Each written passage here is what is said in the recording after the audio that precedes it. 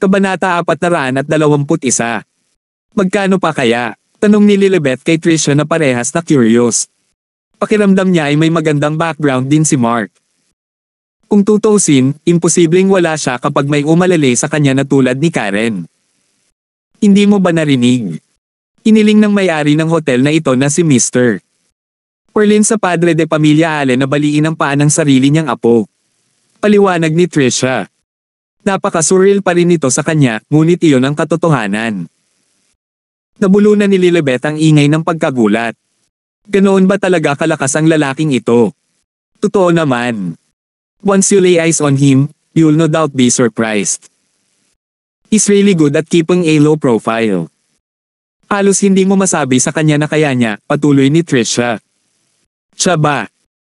Ganon din ang asawa ko, sagot ni Lilibet, isang imahe ni Mark na mukhang magaspang ang bumungad sa kanyang isipan. Maliban sa kanyang bagong hairstyle at bagong damit, mukhang ordinaryo pa rin siya. Guwapo siya pero hindi siya magaling magbihis. Gayunpaman, gaano man kasenggit ang hitsura ni Mark, kaakit-akit at kaibig-ibig pa rin siya sa kanya. Si Trisha naman ay gustong kutsain ang ginawang paghahambing ng blood leopard. Paano maihahambing ang kanyang asawa kay Mark? Si Mark ay isang taong kinatatakutan maging ang pamilya Allen.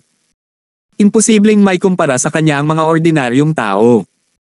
Maaaring nag-laid low ang asawa niya, medyo malayong ikumpara siya kay Mark. Gayunpaman, tiyak na hindi niya binigkas ang mga masasakit na salita na ito. Hindi pinalaki si Trisha nang hindi tinuruan ng simpleng kagandahang loob. Malapit na siyang lalabas. Tingnan mo siya. Siguradong magugulat ka, sabi ni Trisha. No, thanks. No matter how capable he is, I'm not very interested. My husband's the best, sabi ni Lilibet habang umiiling at umiwas ng tingin.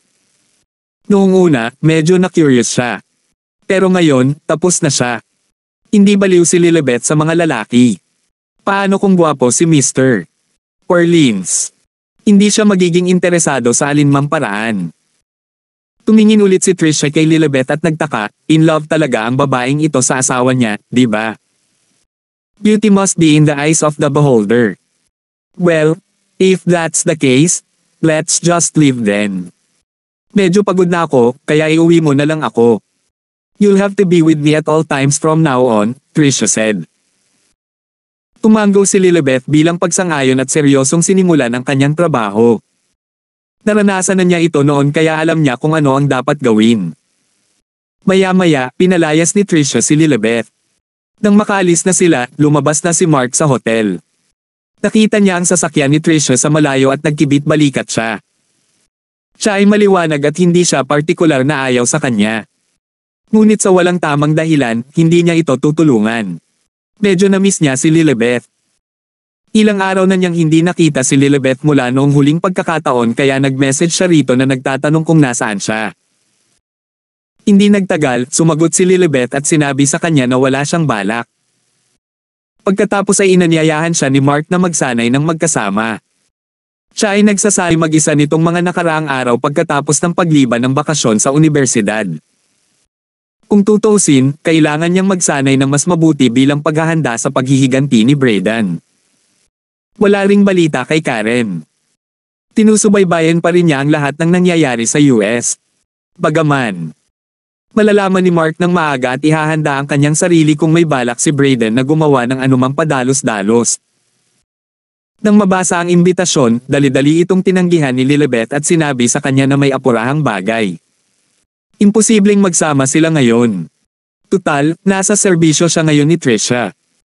Kung nalaman niya ang tungkol sa kanyang mapanganib na trabaho, paano niya ito tatanggapin? Sige, mahal kita, sa huli ay nag-text si Mark. Naisip niya na baka wala pa rin si Lilibet. Ibinalik ni Lilibet ang kanyang pag-ibig bilang tugon at itinago ang kanyang telepono ng may ngiti. Nakaramdam siya ng init at malabo mula sa mga maikling text. Trisha sneaked curious look at her at that. Akala niya ay walang pakiramdam ang assassin na ito ngunit iba ang sinabi ng ngiti na kanyang pinakawalan. Nakikipag-chat ba siya sa kanyang tinatawag na asawa? Hindi siya nagtanong sa alinmang paraan. Nang makarating sila sa bahay niya, sabay silang bumaba ng sasakyan. Karaniwang namumuhay mag-isa si Trisha at hindi komportable sa mga lalaking dumarating sa kanyang lugar. Kaya naman, kailangang babae ang kinuha niyang bodyguard. Tinundan siya ni Lilibet. Hindi niya masyadong inisip ang estetika ng bahay ngunit sa halip ay tinitingnan niya ang paligid nito. Kailangan niyang maging mapabantay, kapwa bilang isang assassin at isang bodyguard. Ito ang pangalawang trabaho ni Lilibet. Kinailangan niyang gawin ito ng maayos para magkaroon siya ng reputasyon. Nais niyang higaitan ang Black Rose at maging pinakamahusay sa mundo. Ito ang kasalukuyang layunin ni Lilibet. Naligo si Trisha habang patuloy na binabantayan siya ni Lilibet. Pagkatapos nito, nagsimula siyang magsanay. Pagkatapos ng kanyang shower, pinanood ni Trisha ang pagsasanay ni Lilibet. Nagulat siya nang makitang may mga pasa ang kanyang mga braso. Sumasang-ayon ba ang iyong asawa sa iyong pamumuhay? Hindi maiwasang magtanong ni Trisha. Bihira siyang makipag-chat sa ibang mga babae, ngunit naisip niya na si Lilibet ay hindi kalahating masama. Alam niyang gusto ng mga lalaki ang mga perpekto at walang bahid na babae. Ngunit nang makita ni Trisha ang estado ng mga bisig ni Lilibet, naisip ni Trisha na ang natitirang bahagi ng kanyang katawan ay dapat magmukhang pareho, marahil ay mas malala pa. Ano kaya ang mararamdaman ng isang lalaki kung tumingin ito sa kanya? May inis kaya siya? I suppose. But I usually never show him any of this, sinabi ni Lilibet sa kanya ang totoo. Mahirap ang pagsasanay sa labanan, hindi maiiwasang mapinturahan ang kanyang katawan sa hindi magandang tingnan ng mga pasa. Kaya kapag magkasama sina Lilibet at Mark, halos lagi silang nakadamit. Walang masabi si Trisha tungkol doon. Sa pagkakataong ito, tumunog ang kanyang telepono habang tetango na sana siya. Kinuha niya iyon at tinignan ang caller ID. Lumipat ang mukha niya. Yung lalaking galing sa pamilya Allen. Tanong ni Lilibet habang naglalakad. Ayaw kunin ni Trisha ang telepono. Si Linden nga ang tumatawag sa kanya. Hindi ba siya nasa ospital? Bakit niya siya tinawagan? Gusto ba niyang dalawin siya nito sa ospital? Sa takot sa mga kahihinatnan ng hindi pagtawag, pinatibay ni Trisha ang sarili at sinagot ang kanyang telepono. Nasa ospital ako, hanapin mo ako, utos ni Lindan. Masyado siyang matagal sa ospital at nakakaramdam siya ng pagkabagot. Gusto niyang maghanap ng makakasama kaya naisip niya si Trisha. Sorry, I'm not around, pag-amin ni Trisha. Not around. I told you last time to get a room ready for me in 3 days. Hindi mo pa nagawa yon. Dumura si Lindan. Nabali ang kanyang paa ng kanyang lolo, kaya wala siyang magawa. Inis talaga siya. Ay, nag-aalangan si Trisha. Paano niya naibenta ang sarili niya ng ganoon? Hindi niya gagawin. Sa totoo lang, gusto sana niyang aminin sa kanyang pamilya ang buong sitwasyon ngunit sa huli, alam niya kung ano ang magiging reaksyon ng kanyang mga magulang. Tiyak na pipilitin siya ng mga ito na sumuko kay Lindan. Iyon ay dahil sa puntong ito, ang mga interes ng pamilya ay inuuna higit sa lahat. Ito ay isang kinakailangang sakripisyo. Gayunpaman, kahit anong pilit niya, hindi niya makumbinse ang sarili na gawin iyon. Ang kanyang katawan ay para sa kanyang magiging asawa, hindi para sa mga taong tulad ni Lindan. May isang oras ka. Pumunta ka na sa ospital at baka matapos ka, pagbabante ni Lindan. Pinaba niya ang tawag pagkatapos. Nasa sofa si Trisha, mukhang nanlumo nang magsalita si Lilibet, anong sabi niya? Gusto niyang dalawin ko siya sa ospital, sabi ni Trisha, pakiramdam niya umalis ang kaluluwa niya sa katawan. Talagang kailangan niya ang tulong ni Mark ngayon, ngunit wala siyang lakas sa kanya. Walang dahilan para tulungan siya nito. If you decide to go, I'll be with you the entire time. But if you want to stay here, I'll protect you anyway, sabi ni Lilibet. Naiinis siya kay Lindan. Paano mapipilit ng sino man ang isang babae na isuko ang kanyang sarili ng ganito? Nung nakipag-deal siya sa mga loan shark dati, tinakot din siya ng ganito kaya alam niya ang pakiramdam. Kinasusuklaman niya ang ganitong uri ng tao. Naisip ni Trisha na walang maglalakas loob na gawin sa kanya si Linden sa ospital. Ospital iyon, kung tutusin, wala siyang lakas ng loob. At saka, nasa tabi niya si Lilibet. Tara, pumunta tayo sa ospital, sabi ni Trisha, pakiramdam na kailangan niyang mag-alis ng hangin sa pagkakataong ito. Walang pagtutol si Lilibet tungkol doon. Pagdating natin sa ospital, huwag mong sasabihin kahit kanino na bodyguard kita. Sabihin mo lang na pinsan kita, paalala ni Trisha. Kung alam ni Linden na sadyang nakahanap siya ng bodyguard para sa kanyang sariling proteksyon, ang mga kahihinatnan ay magiging kakilakilabot. Sige, sabi ni Lilibet. Naghanda ang dalawa at mabilis na nagmaneho papunta sa ospital. Habang nasa daan, gustong-gusto ni Trisha na tawagan si Mark para humingi ng tulong, nalilito pa rin ang isip niya para maghanap ng angkop na dahilan. Natahimik ang buong biyahe. Pagdating nila sa ospital, sabay silang pumasok sa loob. Makinig ka na lang sa utos ko. Huwag kang gagawa ng hindi ko sinasabi sa'yo, got it? Babala ni Trisha. Ito ay mahalagang tandaan. Kung kumilos sila ng padalos-dalos, malamang na maghihiganti si Linden sa pamilya Dawson. Kaya kailangan nilang bantayan ang kanilang sarili. Paano kung may gawin siya sa'yo? Tanong ni Lilibet. Basta. Wait for my orders. You might not understand but I have an entire family to take care. My family can't bear the consequences of offending Linden, alright. Paliwanag ni Trisha na medyo wala nang magawa. Ngunit talagang nagbangon si Lilibet ng isang magandang tanong. Ano ang gagawin niya kung humingi sa kanya si Linden ng isang bagay na ayaw niyang ibigay? Fine, sang-ayon ni Lilibet. Kung tutusin, si Trisha na ang amo niya ngayon. Kabanata 422. Samantala, sa ward ni Linden. Napatitig si Linden sa putol niyang binti. Hindi na masakit pero puno pa rin ng hinanakit ang puso niya sa tuwing titingnan niya ito. Lahat ito ay kasalanan ni Mark. Linden, kailangan mong intindihin. Ginawa ko ang dapat kong gawin, paliwanag ni Leonard nang dumalaw ito sa kanya. Lolo, sino ang lalaking iyon? Tanong ni Linden habang unti-unting napuno ng puot ang mga mata. Nitong mga nakaraang araw, nagpaplano siya na maghanap ng mga paraan para magkaroon ng pumatay kay Mark. Gusto niyang punitin siya. I'm not sure, but his family is high-ranking in the whole world. They are so much more powerful than our family, napabuntong hininga si Leonard.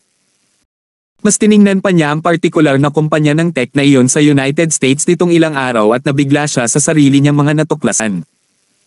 Ang halaga ng merkado ng kumpanya ay lumampas sa 50 bilyong dolyar. Ito ay mahirap unawain. Sa katunayan, ito ay isang nakakatakot na konsepto. Bukod dito, lumalaki pa rin ito sa sandaling ito. Kapag nagsimula na silang gumawa ng malawakang halwang metal, ilang oras na lang bago sila makaipon ng milyon-milyong dolyar sa hinaharap. Dapat itong malaman na ang kumpanya ay nag-aral hindi lamang ng isang nobelang uri ng halwang metal kundi nakabuo din ng ilang iba pang gamot. Kung maaari itong bumuo ng mga gamot upang gamutin ang kanser at mga nakamamatay na sakit, ang halaga nito ay hindi maintindihan.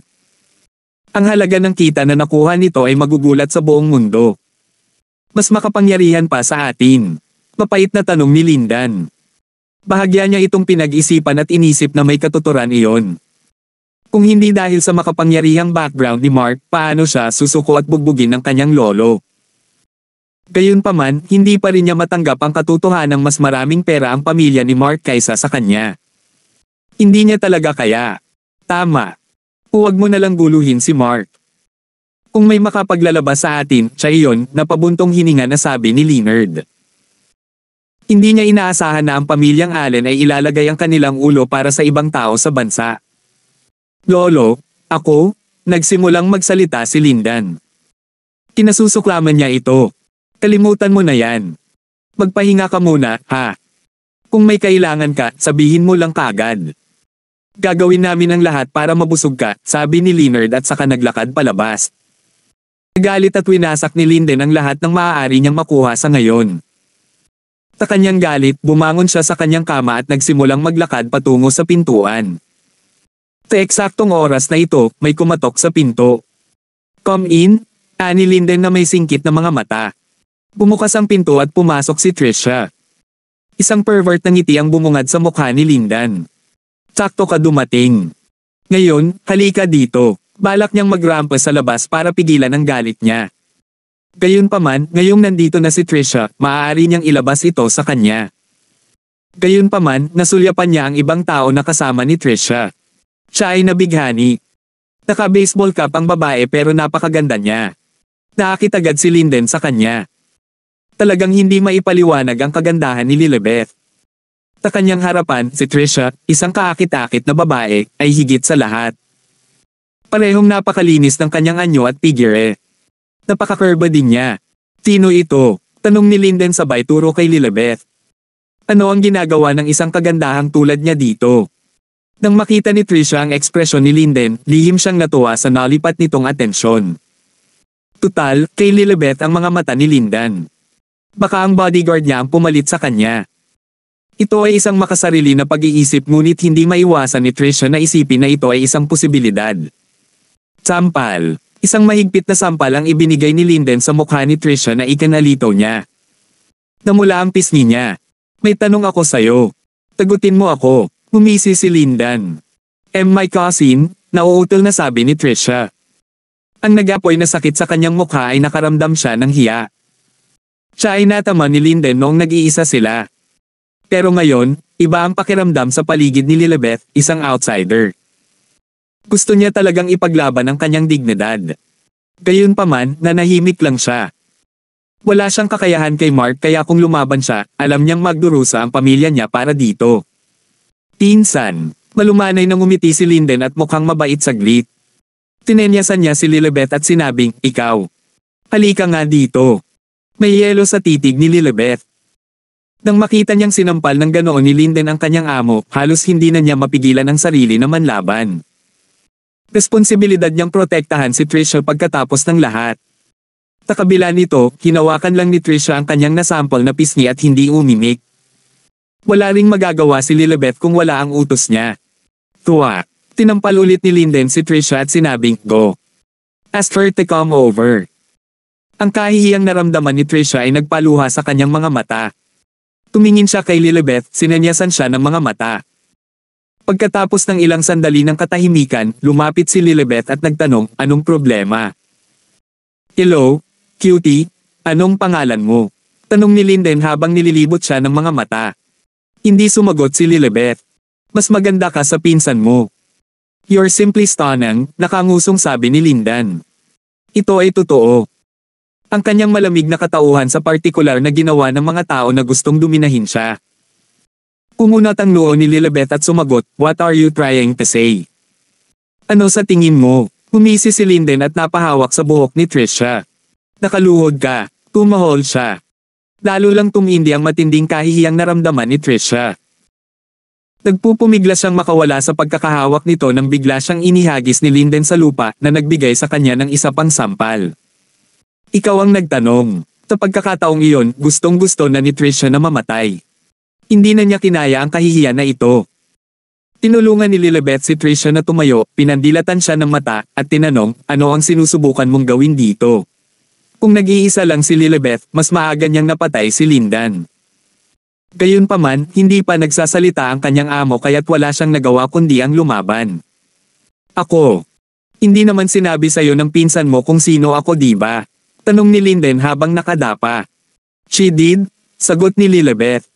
Well, then you should know better to defy me. Halika, lumuhod ka, utos niya. Lilibeth glared at him, her voice going dangerously low, say that again, I dare you. Oh, ang lakas ng loob mo. Umalaklak si Linden, ang pinsan mo ay binugbog ko lang dito. She's nothing but a slave in my eyes. You, however, are much prettier than her is so I'll give you a chance to redeem yourself. So, come on. Nakaluhod ka. Napansin ni Trisha na mas nanlamig ang kilos ni Lilibeth kaya dali-dali itong gumapang palapit sa kanya. Kung si Lilibeth ay nagpasya na gumawa ng isang hakbang ngayon, sila ay tapos na. Kailangan niyang pigilan siya. Huwag na, pidgil ni Trisha sa mga kamay ni Lilibeth habang nagbabala. Napakunot ang noo ni Lilibeth. Snap! Tinampal ni Linden ang mukha ni Lilibeth at matalim ang kanyang tingin. Hinawakan ni Trisha ang mga kamay niya kaya wala siyang paraan para ipagtanggol ang sarili sa kanya. Nag-init ang mukha niya sa sakit. Ang sarap talaga sa pakiramdam na sampelan ng ganoong kagandang babae, matagumpay nang umiti si Linden. Naasar siya ni Mark kaya ilalabas niya ang galit niya sa mga babaeng ito. Huwag. Patuloy ang pagmamakaawa ni Trisha, please. Maghahirap ang pamilya ko kapag nilalabanan mo siya. Nag-alab sa galit ang mga mata ni Lilibet habang binibigkas, hayaan mo na. Tuwa. Tinampal muli ni Linden ang mukha ni Lilibet. Hindi man lang kumibo si Lilibet pero mas namula ang mukha niya. Ang pisngi niya ngayon ay may kapansin-pansing palm print. How dare you even think of fight back? Kaya kung patayin ang buong pamilya mo sa isang sandali, naririnig mo ako. Tigaw ni Linden sa kanyang mga banta. Naikuyom ng mahigpit ni Lilibet ang kanyang mga kamao. Tumingin siya kay Trisha, nakaramdam ng pagkadismaya. Bakit niya kukunin ang pang-aabusong ito sa ganoong lalaki? Sa sandaling iyon, binalikan niya ang panahon nang siya ay nataman ng isang dealer ng kotse mula noong siya ay bumili ng kotse. Noong panahong iyon, hindi pa rin siya lumalaban dahil hindi niya kaya. Ngayon, parang si Trisha ay nasa parehong sitwasyon tulad ng dati. Isang nakakaawang buntong hininga ang pinakawala ni Lilibet sa naisip.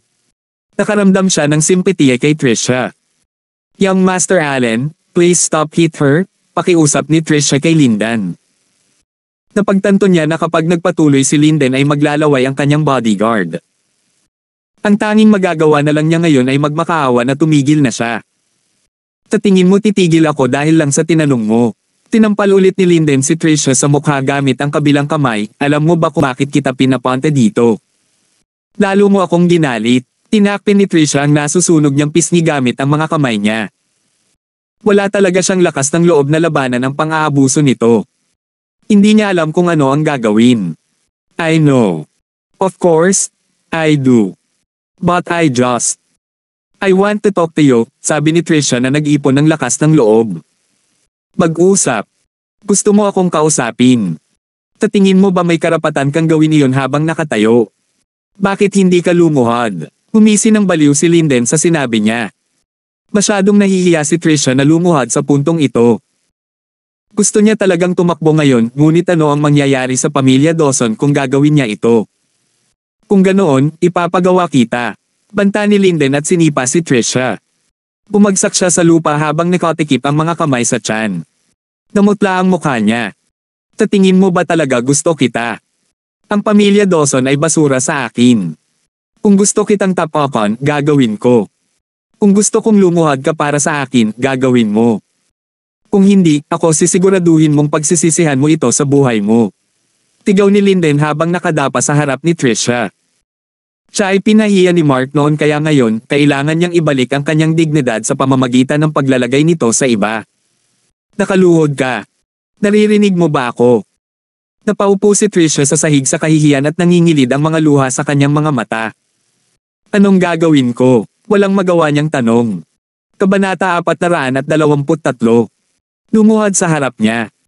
Hindi makayanin ni Trisha pero alam niyang kung hindi, makahihirap ang pamilya niya. Galit si Linden. Nakaka-pressure ang ugali ni Linden sa kanya. Pakiramdam niya ay lalabas na ang puso niya. Nangingilid ang luha sa kanyang mga mata nang maramdaman niya ang malalim na kahihiyan na tumusok sa kanyang sikmura. Masyadong makapangyarihan ang pamilya Allen. Wala siyang magawa kundi ang sumuko ngayon. Smack! Tinampal muli ni Linden si Trisha ng malakas sa mukha.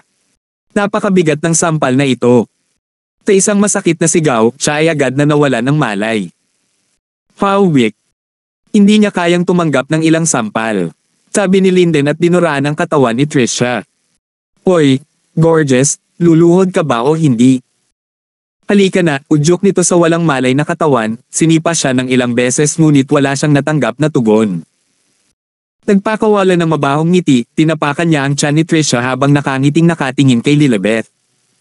Ito ay medyo literal na isang ngiti mula sa Diablo. Maaari itong magpalamig ng mga puso. Si Lilibet ay malamig na nakatingin lang sa kanya. Sa totoo lang, gusto niya talagang gumanti. Nasample na nga siya pero hindi niya magawa dahil sinabihan siya ni Trisha na huwag. Siya ang kanyang amo, kaya kinailangan ni Lilibet na sundin ang kanyang mga kahilingan.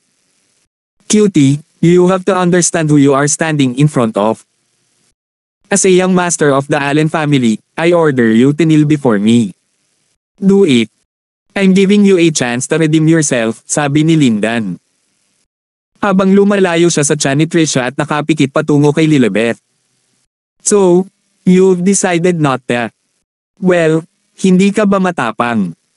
Ikaw talaga ang pinakagandang babae na nakita ko. Tumama ka sa akin at sabay nating year-okan ang iba pang pamilya sa buong bansa. Tifon, sinubukan niyang suhulan. Panayang tingin ni Lilibet sa kanya. Imbes na sumagot ay yumuko siya para tulungang makatayo si Trisha, bitbit ang walang malay na katawan. Hoy! Hindi pa ako tapos sayo. How dare you leave?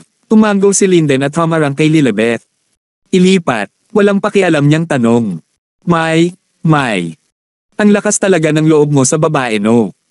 Masakit ba nung sinampal kita kanina? Umagalpak siya ng tawa. Pagkatapos, muling itinaas niya ang kanyang kamay, handang bigyan siya ng isa pang sampal.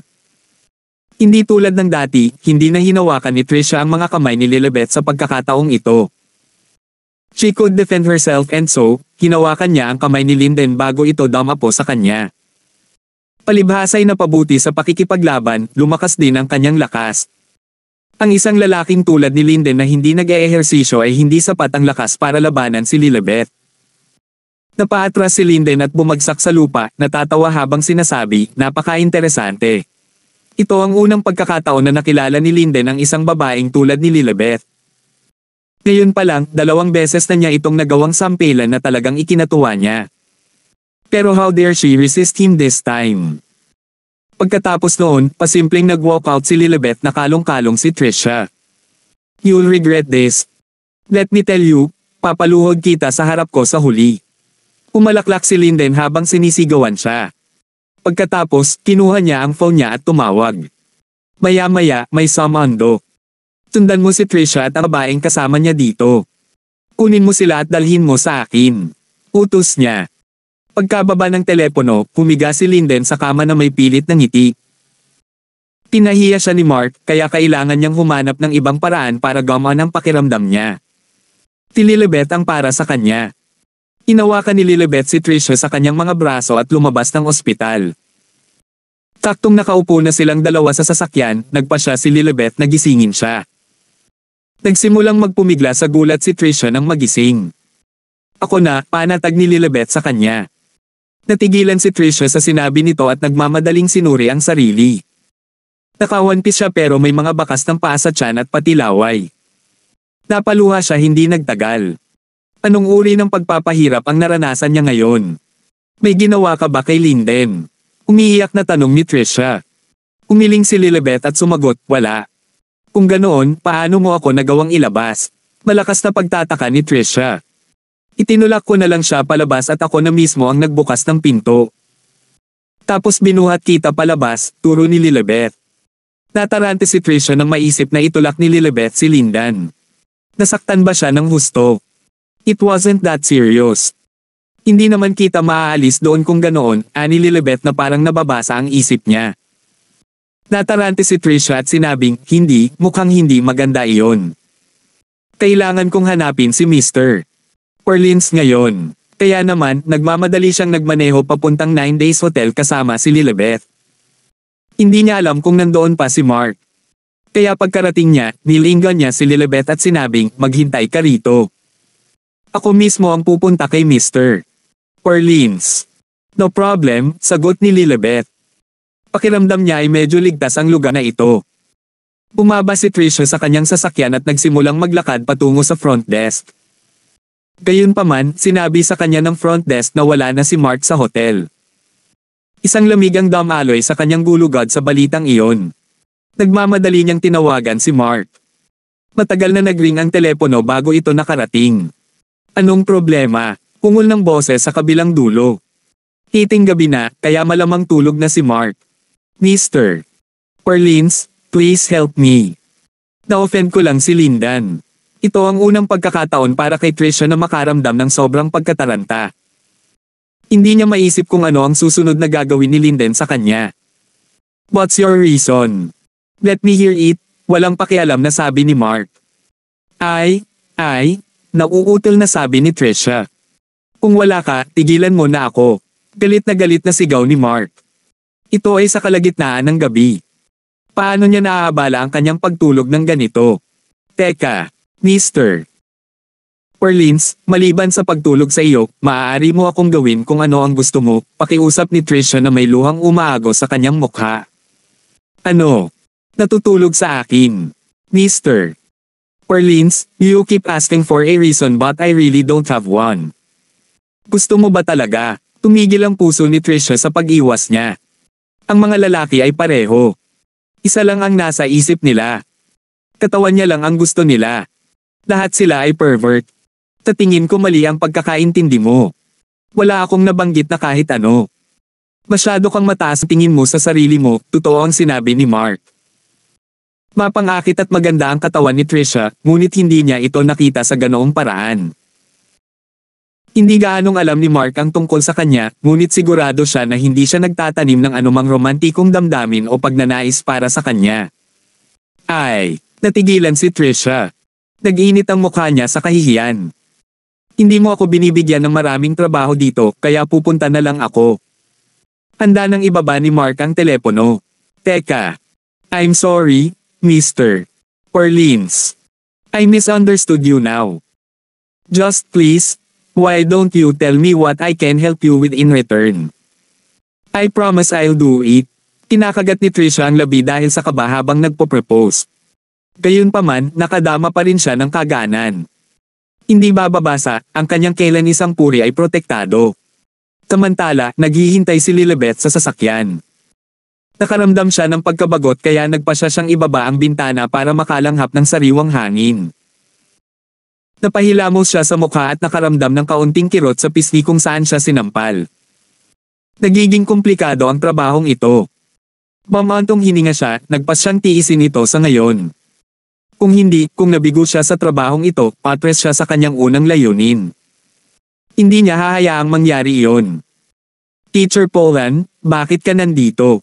Tanong ng isang nagulat na boses out of nowhere. Tumangala si Lilibet at nakita ang isang kaakit-akit na babae na nakasuot ng propesyonal na suot na naglalakad. Si Yolanda, ang dating campus belle. Nang lumabas si Yolanda kanina para bumili ng midnight snack at nakita niya si Lilibet, naisip niyang nagkakamali siya. Ang babae sa kotse ay nakasuot ng baseball cap ngunit ang kanyang side profile ay isang dead giveaway. Nagpasya siyang tingnang mabuti at lumapit. Hindi niya akalain na dito niya makikita ang dati niyang guro. Yolanda, gulat na bati ni Lilibet sa kanya pagkababa niya ng sasakyan. Oh, ikaw talaga. Teacher Polan, matagal na kitang hindi nakikita, tuwang-tuwa si Yolanda. Pumunta siya para patakbuhin ang hotel na ito nang walang kakilala dito. Walang magagamit na makipag-usap sa kanya, at ito ay nagiging boring. Long time no see. Though. I'm not a teacher anymore, umiling si Lilibet habang nagpapalam sa kanya. Isa na siyang assassin ngayon, ngunit hindi niya ibinunyag ang impormasyong iyon. Kung gagawin niya, tiyak na matatakot si Yolanda. Nandito ba si Yolanda kasama ang kanyang kasintahan? Alam ni Lilibet na hindi mabait na magtanong tungkol sa mga bagay na iyon kaya hindi na niya ito dinala. Oh, aba, anong ginagawa mo dito? Hinihintay mo ba si Mark? Nakabalik na siya, sabi ni Yolanda habang mahinang ngumiti. Hindi niya alam na mabilis na kumalat ang balita na binili ni Mark ang hotel. Asawa ko. Ano? Ngayon lang ba siya pumunta dito? Namangha si Lilibet sa impormasyong iyon. Ano ang ginagawa niya sa isang hotel? Kasama ba niya si Yolanda? Hindi, imposible iyon. Hindi siya dapat nag-iisip ng ganyan. Si Yolanda ang tagapamahala ng plaza ni Mark. Alam niyang hindi siya makikialam sa kanyang empleyado. Yeah, he was here? Nakangiti pa ring sagot ni Yolanda. Anong ginagawa niya dito? Kinakabahang tanong ni Lilibet.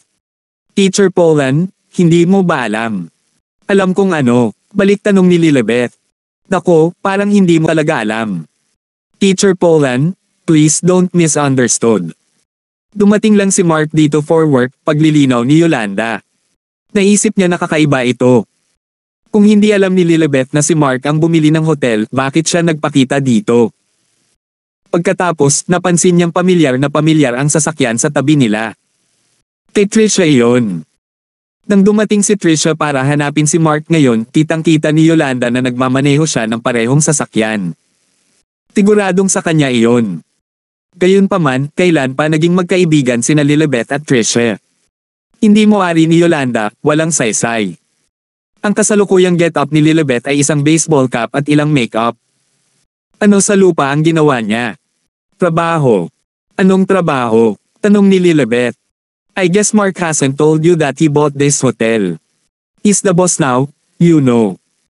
So, syempre, kailangan niyang pumunta dito para tingnan, nakangiting paliwanag ni Yolanda. Ano? Siya ang may-ari nitong hotel. Napasinghap si Lilibet sa gulat. Kabanata 424. Nagulat si Lilibet. Ano ang nangyayari? Kay Mark ba talaga ang hotel na ito? Kailan niya ito binili? Hindi alam ni Lilibet ang tungkol dito. Dapat ay matagal na niya itong napagtanto. Noong binanggit ni Trisha ang pangalang Mr. Orleans, dapat alam niyang si Mark ang tinutukoy niya. Sabagay, wala masyadong tao sa mundo na may apelyidong Orleans. Gayunpaman, kailan naging kaaway ni Linden si Mark? Ang ina ba ni Mark, si Karen, ay may higit na kapangyarihan kaysa sa pamilyang Allen. Nagulat si Lilibet sa nakakagulat na piraso ng kaalaman na ito. Masyadong nakakamangha si Karen. Ibig sabihin, ang hinahanap ni Trisha ay si Mark. Pero paano nila nakilala ang isa't isa? Anong klaseng relasyon meron sila? Matutulungan kaya ni Mark si Trisha? Maliban dito, ano pa ang binili ni Mark nang hindi sinasabi sa kanya? Ang gulo ng isip ni Lilibet. Ito ay lampas sa kanyang inaasahan. Teacher Polan. Nagsimulang iwagayway ni Yolanda ang kanyang kamay sa harap ni Lilibet para makuha ang kanyang atensyon. Nagtataka siya kung bakit mukhang nagulat ang dati niyang guro. Sa totoo lang, habang alam ni Yolanda ang mga kakayahan ni Mark, nabigla pa rin siya nang malaman niyang binili niya ang hotel na ito. Kung tutuusin, alam naman ni Yolanda na malakas ang background ni Mark pero hindi niya inaasahan na ganoon pala siya kalakas.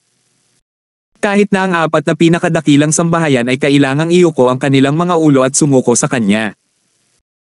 Nararamdaman ni Yolanda na paunti-unti ang nalalaman niya tungkol kay Mark sa bawat araw na lumilipas, ngunit alam niyang tiyak na ang pinakamagandang desisyon na ginawa niya sa kanyang buhay ay ang Sue. Ende ng pakay nito. Teacher Polan. Muling udyok ni Yolanda. Ha, kawakas ay sumagot si Lilibet, na tauhan na siya. Tumingin siya pabalik sa hotel at nagtanong, nandito ba si Mark? Hindi. Matagal na siyang umalis, sagot ni Yolanda. Na may katuturan. Napakagabi na. Si Mark ay nasa kama ngayon. Teacher Polan, bakit hindi mo tawagan si Mark at tanungin mo siya? Tanong ni Yolanda na medyo naguguluhan. Bakit nandito si Lilibet sa sobrang gabi? Hindi na kailangan yan, sabi ni Lilibet habang umiiling. Hindi pa rin lumalabas si Trisha, kaya tiyak na tinatawagan niya si Mark sa telepono sa sandaling ito. Walang punto para sa kanya na tawagan siya kung iyon ang kaso. Hindi siya makakalusot. Yolanda, may maitutulong ka ba sa akin?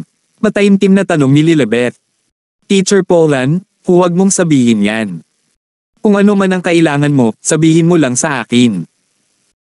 Tutal, ikaw naman ang lady boss ko, nakangiting sagot ni Yolanda. Namula ang mukha ni Lilibet dahil doon. Babaeng boss. Oo, siya ang asawa ni Mark. Kaya natural, idedeklara siya bilang ganoon, ngunit. Hindi ito seryoso, ngunit hindi mo ba masasabi kay Mark na nakita mo ako dito? Sabi ni Lilibet. Hindi niya maaaring ipaalam kay Mark na siya ay naging isang assassin. Mag-aalala ito sa kanya. Teacher Polan, pwede ko bang itanong kung bakit? Gulat na tanong ni Yolanda. Bakit ganoon ang hiling ni Lilibet? Ayokong malaman ni Mark ang ginagawa ko, pag-amin ni Lilibet. I don't understand. But it's alright, don't worry. I won't tell if you don't want me to, panatag ni Yolanda. Salamat, sabi ni Lilibet at gaman ang pakiramdam. Wala lang. Eto, kumain ka na. Inalok ni Yolanda si Lilibet ng pagkain na binili niya kanina. Ibinuka ni Lilibet ang kanyang bibig upang tumanggi, ngunit na ipasok na ni Yolanda ang pagkain sa kanyang kamay bago pa siya makapagsalita. Enjoy. I'll buy another one, ani Yolanda bago umalis. Nakangiti siyang bumalik para bumili ng pagkain. Gutom na talaga si Lilibet.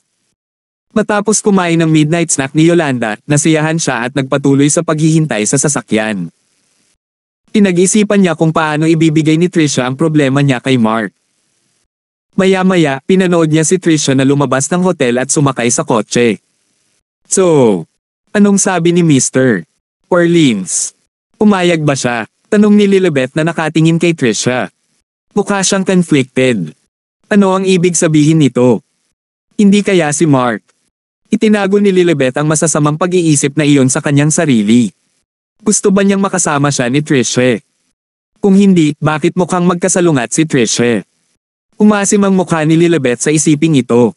Nagseselos siya. Umayag siyang tulungan ako, pero natigilan si Trisha. Nasa dilema siya.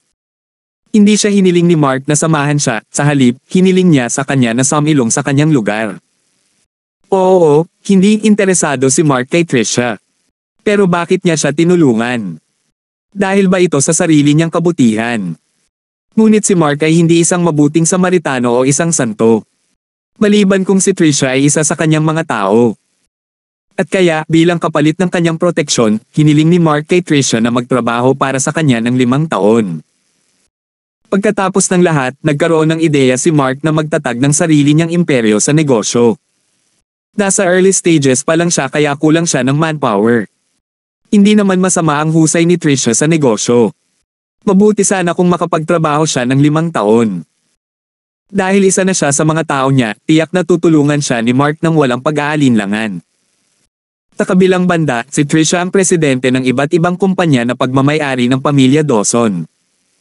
Sa ganitong mga kalagayan, paano niya matutulungan si Mark? Posible bang iwan niya ang kanyang pamilya at humingi ng kanlungan kay Mark? Ang sagot ni Mark sa pagtatanong na iyon ay nasa kanya na ang lahat. Iyan ang mga kahilingan ni Mark. Well, Mr. Orleans asked me, hindi masabi ni Trisha. Hindi pa siya nakakapagdesisyon. Paano niya ito may hahatid sa kanyang pamilya? It's all right. I understand, putol ni Lilibet sa kanya, parang nanlulumo. Paano naging malupit si Mark para banta ang ibang babae na ganito? Gawin mo, tanong ni Trisha na ikinagulat niya. Paano nalaman ni Lilibet? Tumanggo si Lilibet at hindi na nagsalita pa. Naisip niya ang mga araw na wala siya. Nakipag-usap ba si Mark sa ibang babae? Nagtago rin si Trisha sa sarili. Naiinis talaga siya. Tinaandar na niya ang sasakyan, handa na siyang umuwi para magpahinga. Siya ay pagod sa araw na iyon. Siya ay binugbog ni Linden at kailangan niyang pag-isipan ang kahilingan ni Mark. Hindi niya alam kung ano ang gagawin. Isang mahabang buntong hininga ang pinakawala ni Trisha.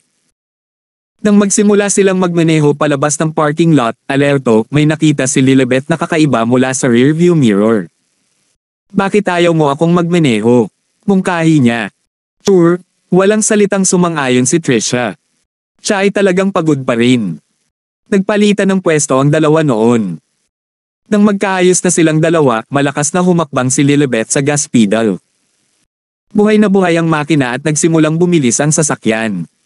Pagdating nila sa main road, naabutan sila ng 4 na sasakyan. Nang makabili na si Yolanda ng pagkain, nagsimula na siyang maglakad pabalik para makipagkita ulit kay Lilibet. Gayunpaman, nakasalubong niya ang sasakyan ni Trisha na papaalis sa kanya. Umalis na si Lilibet. Nagtataka si Yolanda kung bakit siya umalis kaagad.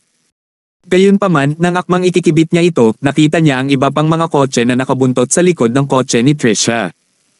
Nagulat siya dahil doon. Ano ang nangyayari? Nagmamadaling kinuha niya ang phone niya. Hoy, bakit ang bilis mo magmeneho? Ulalas ni Trisha nang makita niyang 140 ang nakasulat sa metro. Nasa syudad pa sila. Ito ay nakakatakot. Malaki ang posibilidad na sila ay magdulot ng aksidente sa sasakyan. Tinundan kami, prank ang sagot ni Lilibet. Nalaman niya na mukhang maraming tao ang nakaupo sa mga sasakyan sa likuran nila. Alam niya kung sino sila. Mga upahang lalaki iyon ni Lindan. Nagulat si Trisha at nagmamadaling tumalikod. Gaya ng inaasahan, nakita niya na ang driver ng sasakyan sa likod nila ay masama ang ngiti sa kanya. Nagmamadaling nilabas ni Trisha ang kanyang telepono, handang tawagan si Mark. Sa ganoong sitwasyon, kailangan niyang tawagan siya. Kung hindi, mahuhuli siya na tiyak na haantong sa isang miserableng wakas. Tatawagan mo ba si Mr. Orleans? Tanong ni Lilibet nang makita niyang inilabas ni Trisha ang phone niya. Hindi ba ibig sabihin noon ay malalaman ni Mark na siya ay isang assassin? Oo. Kailangan ko. Tinimulan ni Trisha ang kanyang tawag. Natahimik si Lilibet. Parang hindi niya kayang pigilan. Paano siya? Gayunpaman, kung maaari niyang harapin ang mga lalaking nakabuntot sa kanila, tiyak na malulutas ang problema. Kung gayon, hindi na kailangang lumapit si Mark. Tinimulan ni Lilibet na sukatin ang mga lalaking nakabuntot sa kanya mula sa likuran. Ang pamilya Allen ay isa sa 4 na pinakadakilang sambahayan. Ang mga taong ipinadala nila ay tiyak na mga propesyonal. Paano niya haharapin ang mga ito kung iyon ang kaso? Mas hinigpitin niya ang paghakbang sa gas. Nang makitang maaliwalas ang baybayin, ang mga sasakyan sa likuran niya ay naghanda at pinasakay sila mula sa likuran. Nanlaki ang mata ni Lilibet sa pananakit, habang si Tricia naman ay takot na takot. Bilisan mo, sagutin mo ang telepono. Nag-iisip si Tricia sa gulat. Boom! Naabutan na ng mga sasakyan sa likod nila sa magkabilang gilid, sina-sandwich sina Lilibet at Tricia. Ngayon, matapang na si Lilibet para magmaneho ng mas mabilis. Kawakas, natapos din ang tawag. Anong desisyon mo? Tagot ni Mark, ang kanyang boses ay magaspang sa pagtulog. Mr. Orleans, ay hinahabol ako ngayon ng sasakyan ni Lindan. Can you please help me? Nag-aalalang tanong ni Tricia. I'm asking you now. What's your final decision? Just answer my question, muling tanong ni Mark na walang pakialam. Dahil hindi pa rin siya kabilang sa kanyang mga kababayan, bakit niya ito tutulungan? Mr. Orleans, I from the Dawson family. It's not that easy to just. Napabuntong hininga si Tricia. I'll get straight to the point. Ang gusto ko lang sa iyo ay ang isip mo. Magaling ka sa negosyo, gusto kita para dyan. Tawagan mo ako kapag nakapagdesisyon ka na, sabi ni Mark at handang ibaba ang telepono. No, wait, Mr. Orleans, please. I accept, pagsang-ayon ni Tricia kalaunan. Walang ibang paraan. Kung hindi siya pumayag, tapos na siya. Ang kanyang pamilya ay hindi man lang mag-abala na magpadala ng isang tao upang tumulong sa kanya, ito ay imposible. All right. Let me know your address and I'll come right over, mahinahong sagot ni Mark. Ibinaba ni Tricia ang telepono at ipinadala sa kanya ang lokasyon nito na may nakasulat na, Mr. Orleans, pakibilasan. Mahuhuli tayo. Kabanata 425. Umugang ng malakas ang makina ng sasakyan.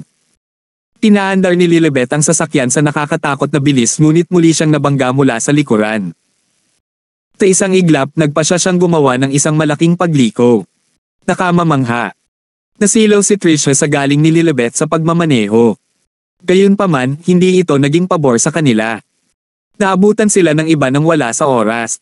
Hold on, Mr. Orleans promised to help us already, nagmamadaling sabi ni Tricia. Takaibuturan niya, nagpapanik siya. Hindi siya makapaniwala na ginawa ni Linden ang pagsisikap na utusan ng mga tao na hulihin siya.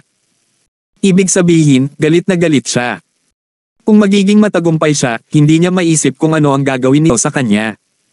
Baka pahirapan pa siya. Hindi man lang naglakas loob na isipin ito ni Tricia. Ito ay masyadong nakakatakot. Napasigaw si Tricia nang may hamarang na sasakyan sa kanyang tagiliran. Nabasag ang bintana sa tabi niya at huminto ang sasakyan. Ang 4 na sasakyan ay sumara sa kanila mula sa lahat ng panig. Nakulong sila.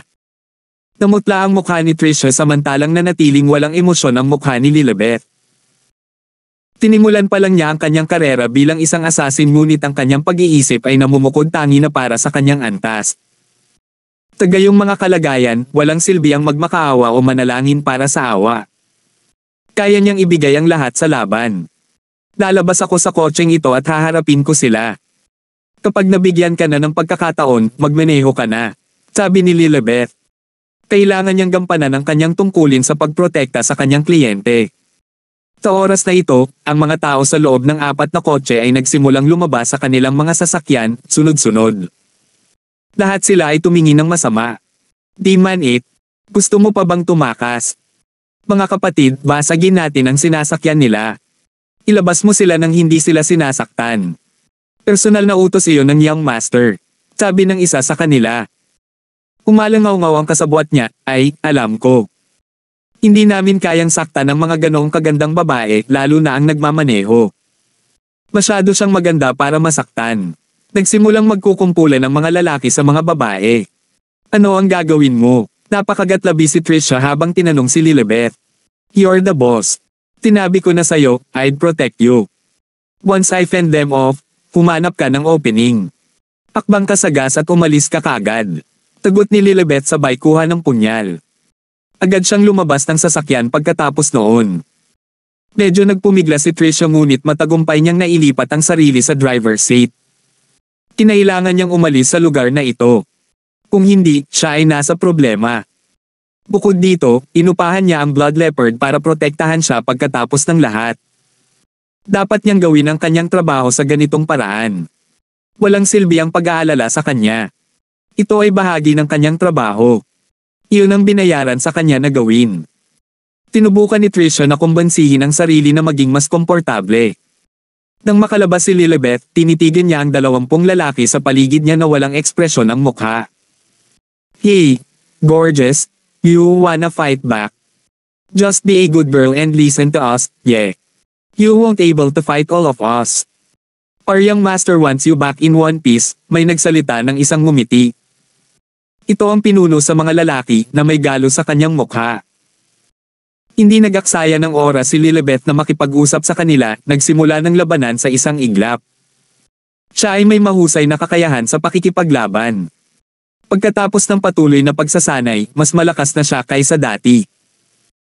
Gagawa siya ng paraan para makaligtas dito kahit na ang ibig sabihin nito ay kailangan niyang pumatay ng ibang tao sa kanyang paraan. Hindi niya hahayaang matalo ng iba. Nakakainsulto. Tiyak na marunong lumaban ang bitik na ito. Lahat, kunin mo siya. Tigaw ng isa sa mga lalaki, hawak ang dumudugo niyang tiyan. Masyado siyang mabilis. Hindi niya maiiwasan ang mga pag-atake nito kahit na sinubukan niya. Lahat ay sumugod sa harapan, umaakyat sa kanya. Sa sandaling iyon, lumingon si Lilibet para tingnan si Trisha at sumigaw, umalis ka rito. Hahanap siya ng paraan para makaalis dito ng mag-isa kapag ligtas na ang kanyang kliyenteng si Trisha. Nang makakita ng dugo si Trisha, natarante siya. Sa pagdinig sa utos ni Lilibet, tinapakan niya ang pedal ng gas na may maputlang mukha. Nabuhay ang makina sa kabila ng pinsalang ginawa sa labas nito. Sa huli, nagawa niyang itaboy. Wala siyang pakialam kay Lilibet sa sandaling ito. Siya pa rin ang nagbayad para sa kanyang mga serbisyo. Humandar ang sasakyan sa di kalayuan. F6. Bilasan mo, kunin mo siya. Inutusan ng pinuno, si Abel, ang ilan sa kanyang mga tauhan. Hindi naging mahirap na abutin siya dahil hindi naman mahusay ang husay ni Trisha sa pagmamaneho. Siya ay karaniwang isang disenteng driver ngunit ang gulat na kalagayan niya ay itinapon iyon sa labas ng bintana. Habang umaalis ang dalawang sasakyan upang habulin si Trisha, mayroon pa ring mahigit 100 tao ang nakapaligid kay Lilibet. Nang makita niyang nakatakas si Trisha, napanatag siya at nagsimulang mag-isip ng paraan para makaalis doon. Lalaban pa rin siya. Lahat, charge. Pili ni Abel. Alam ni Lilibet na nagiging mapanganib ang sitwasyon. Alam niyang ang tanging paraan para makaalis dito ay ang patayin ang pinuno. Swoosh! Pinalak niyang itutok ang kanyang punyal sa puso ni Abel. Natawa si Abel sa kanya. Para siyang papatayin ng babae. Sampal. Inaatake siya ng lahat ng mga kamao at sipa. Gayunpaman, si Lilibet ay isang tao lamang laban sa napakarami. Hindi niya maiwasang matamaan. Sabay-sabay, sinipa siya at ilang beses na tinamaan ang likod niya. Gayunpaman, kaya niyang tiisin ang sakit. Siya ay patuloy na nagsisikap na humanap ng pagkakataong makapunta kay Abel. Tumawa si Abel at itinaas ang paa para sipain siya. Tinamantala ni Lilibet ang pagkakataong ito para itusok ang punyal sa kanyang binti. Napasigaw si Abel nang maramdaman ang matinding pananakit ng kanyang binti. Ang punyal ay tumago sa kanyang mga buto.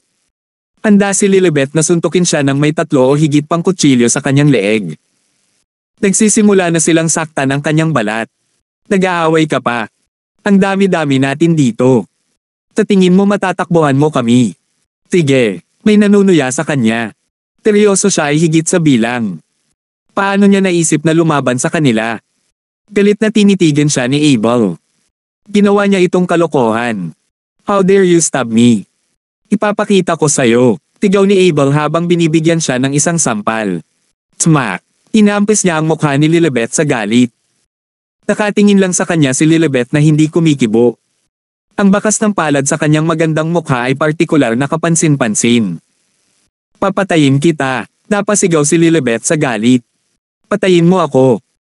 Hindi mo pa rin maintindihan kung sino ang kinakaharap mo, hindi ba? Ipapahirap ka hanggang kamatayan ng young master. Tumawa ng malupit si Abel. Hindi mabilang na beses na itong ginawa ni Lindan. Alam niya kung gaano kakulit si Lindan. Kung masunurin si Lilibeth, baka makaligtas siya sa galit nito. Kung hindi, alam niyang pahihirapan siya ni Lindan na parang alipin. Dalhin mo siya sa kotse. Tahol ni Abel. Hindi siya naglakas loob na tumama sa kanya. Pagkatapos ng lahat, ito ay isang babaeng nagustuhan ni Young Master Allen. Iniisip niya kung magagalit si Lindan nang makita ang sampal sa mukha nito. Bahagyang kinabahan si Abel. Gayunpaman, hindi ito isang malaking pakikitungo. Kanina pa niya pinaglilingkuran si Lindan. Wala itong dapat ikabahala. Maya-maya'y nagawang hilahin ng kanyang mga tauhan si Lilibeth papasok ng sasakyan. Sa oras na ito, puminto ang isang sasakyan. Lumingon si Lilibeth at nakaramdam ng lamig sa kanyang puso nang makita niyang hila-hila ng ilang tao si Tricia palabas ng sasakyan, puno ng takot ang kanyang mukha. Hindi niya nagawang makatakas. Please don't. Please don't. Paulit-ulit na pakiusap ni Tricia. Pak! May sumampal sa mukha ni Tricia na nagpatahimik sa kanya. Dalhin mo na sila sa sasakyan. Ang galis ni Young Master na hawakan sila. Kung mag-aaksaya pa tayo ng oras, mahihirapan tayo. Sabi ni Abel habang tinatalyan ang sugat niya na unang pumasok sa sasakyan. Sumakay na ang iba sa kani-kanilang sasakyan, sabay hila kina Lilibeth at Tricia. Tapos na, patuloy na umiiyak si Tricia. Napabuntong hininga si Lilibeth dahil doon. Ano ang dapat katakutin? Worst comes to worst, mamamatay lang sila. Si Abel naman ay nagsimulang humakbang ng gas, mabilis na bumalik sa Lindan. Bumangon si Mark sa kanyang kama. Si Bettina at Leona ay nakapwesto pa rin sa labas, binabantayan siya. Gayunpaman, hindi sinadya ni Mark na abalahin si Leona. Tinabihan niya kaagad si Bettina na magpadala ng ilang tao dito. Hindi nagtanong si Bettina kung bakit. Tumango lang siya at ginawa ang utos sa kanya. Maya-maya, nandito na ang lahat. Dapat nasa ospital pa rin si Linden ngayon. Napagdesisyonan niyang pumunta agad doon. Kapag nagawa niyang iligtas si Tricia, time itong magtatrabaho para sa kanya ng 5 taon. Siyempre, hindi siya papayagan ni Mark na gawin ang ganoong trabaho ng libre. Hindi siya magtipid sa pagbabayad sa kanya. Si Tricia ay isang mahalagang empleyado kung tutuusin. Young Master, kung kulang tayo sa oras, pwede tayong lumipad doon kung gusto mo, mungkahi ni Bettina. Ito ay magiging mas mabilis na lumipad sa distansya. Napailing si Mark at sumagot, no need. I can drive. Sige. Handa na ang lahat, sabi ni Bettina. Naisip ni Mark na ayos lang na hayaan si Tricia na magdusa ng kaunti. Hindi bababasa, ito ay gumawa ng kanyang pangako na magtrabaho para sa kanya ng mas tunay. Bumaba si Mark pagkatapos noon. 10 all-terrain na sasakyan ang naghihintay na sundan siya roon na sinamahan ng medyo maraming tao. Ito ay sapat na. Sa pagkakataong ito, kailangan niyang turuan si Linden ng tamang leksyon. Sumakay si Mark sa kotse kasama si Bettina. Nang utusan niya itong magsimulang magmaneho. Biglang tumunog ang phone ni Mark. Kinuha niya iyon at tinignan. Yolanda iyon. Bakit hindi siya natutulog ng ganitong oras? Ano ang gusto niyang sabihin sa kanya? Hindi na masyadong nag-isip si Mark at sinagot ang telepono.